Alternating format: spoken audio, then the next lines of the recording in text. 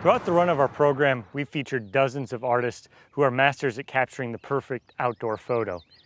But it's time we admit we've been severely neglecting an important part of every outdoor experience, the sound.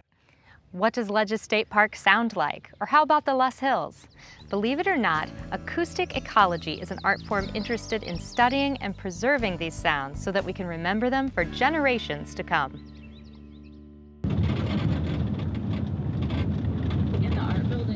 So a couple of times during the 2-week class, we get up incredibly early in the morning so that we can get out and record what's known as the dawn chorus.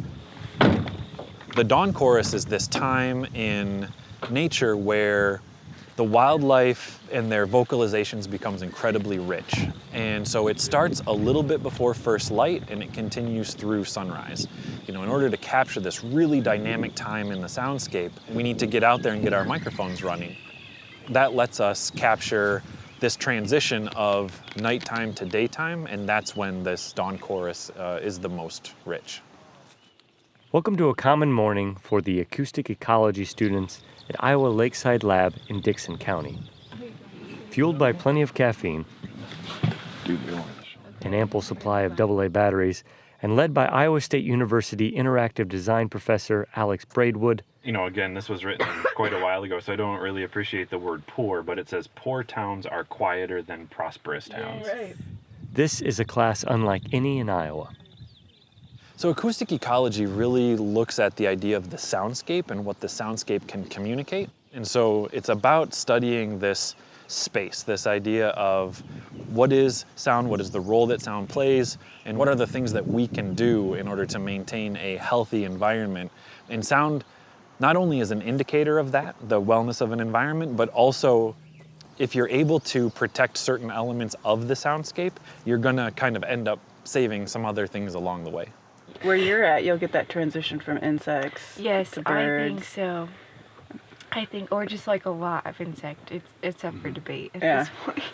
Back in the van, the classroom portion of the course begins. The chapter about the biophonic orchestra, because it's where he starts laying out his niche theory. Yes. And that's this kind of translation, that's this spectral division that you're talking about, where insects have operated more kind of in these higher pitch regions. The the birds are sort of in the middle range, which is about the same place that human voice exists, and then there's other things that are down in sort of the low frequencies in the infrasonic range.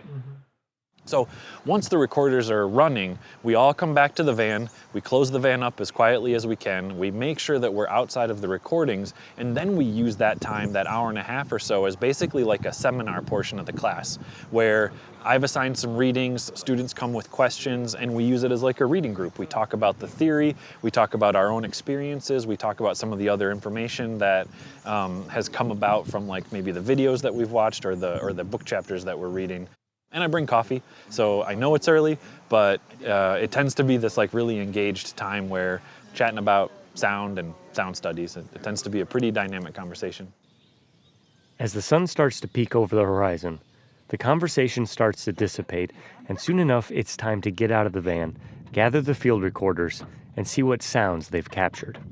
It's usually excitement, especially these dawn choruses where they've left the recorders out there running and don't know exactly what it's capturing. And so then what we do, we come back, we have breakfast, and then we go back into the lab and start analyzing and looking through what was recorded. And so as they're listening, they will find things that they didn't know that was there. They got maybe they got a goldfinch that vocalized really close to the microphone, or maybe this morning some deer ran through the water.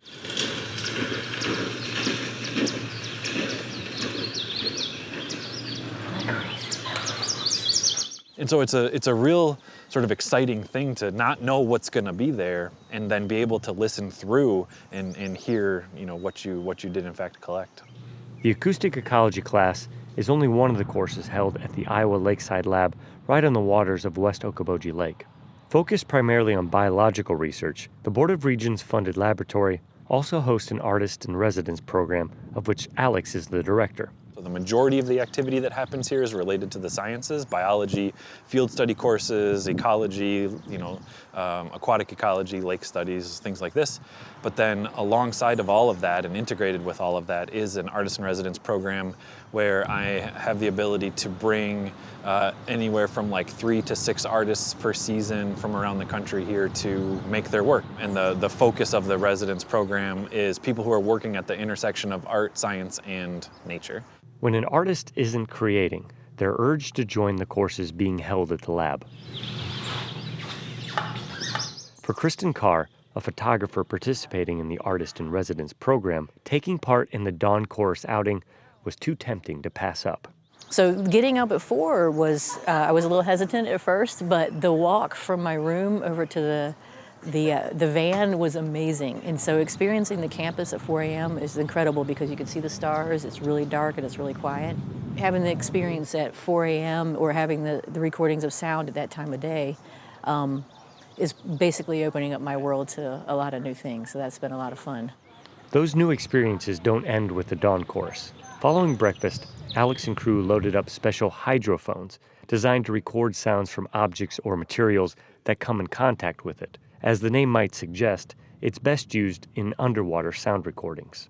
We can translate ideas of like underwater noise to impacting, whale calls and migratory patterns and things like that. But it's also valuable to just think about in a lake like this, what is the impact of all the recreational vehicles? And of course, it's like incredibly fun to be on the lake, and that's a good portion of what it does.